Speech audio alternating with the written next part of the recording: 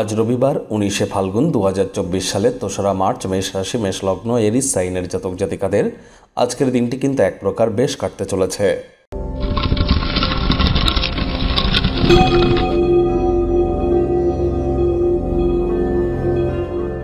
ভিডিওটির শুরুতে স্ক্রিনে আপনারা দেখতে পাচ্ছেন সূর্যদেবের প্রণাম মন্ত্র ওম জবা কুসুম শঙ্কাশং কাশ্যপেয়ং মহাদুতিম ধন্তারিং সর্বপাপগ্নং প্রণতস্মি দিবাকারাম।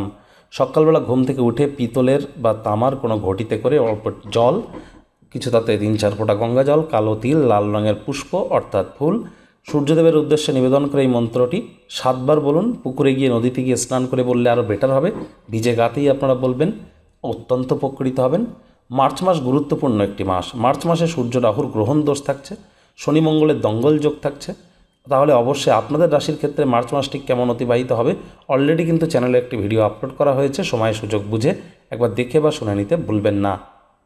ভাগ্য মিটার আজ আপনাদের বলছে 9 আউট অফ 10 ভাগ্য আপনাদের অনুকূলেই থাকবে। সুতরাং দুর্দান্ত একটি দিন আজ আপনাদের জন্য অপেক্ষা করছে।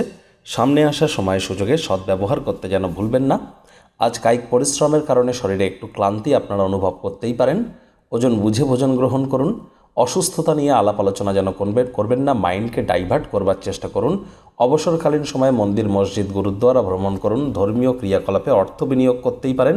মানসিক শান্তি পাবেন এবং জীবনে স্থিতিশীলতাও বৃদ্ধি পাবে।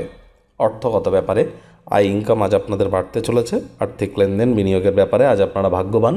নতুন উদ্যোগ পরিকল্পনার পাশাপাশি নতুন নির্মাণ কার্যের শুরুয়াত আজ করা যেতেই পারে। চাকরিজীবী যারা আছেন রবিবার হলেও অনেককে অফিসে যেতে হয়। বস কলিগদের সাথে ভাব ভালোবাসা বাড়বে। কর্মে গতি অনুভব করবেন। নিজের মেধা, দক্ষতা, ট্যালেন্টের দৌলতে প্রশংসার পাত্রপাত্রীও আপনারা হতে চলেছেন। রাজনীতিবিদ যারা আছেন জনসংযোগ বৃদ্ধি করুন। সমাজসেবা, দান ধ্যান, ধর্মীয় ক্রিয়াকলাপে অগ্রণী ভূমিকা নেবেন। সমাজে আপনাদেরও পপুলারিটি ইনক্রিজ করবে। শিক্ষার্থী বিদ্যার্থীরা যে কোনো প্রকার পরীক্ষা প্রতিযোগিতায় অংশগ্রহণ করলে আপনারা অবশ্যই সফল হবেন। উচ্চশিক্ষার জন্য যারা বিদেশ যাত্রার কথা ভাবছিলেন ভাগ্যদেবীও আজ আপনাদের পক্ষেই আছেন। সন্তান সন্ততি থেকে থাকলে তারা তাদের কৃতিত্বের দ্বারা আপনাদেরকে গর্বিত অনুভব করাবে।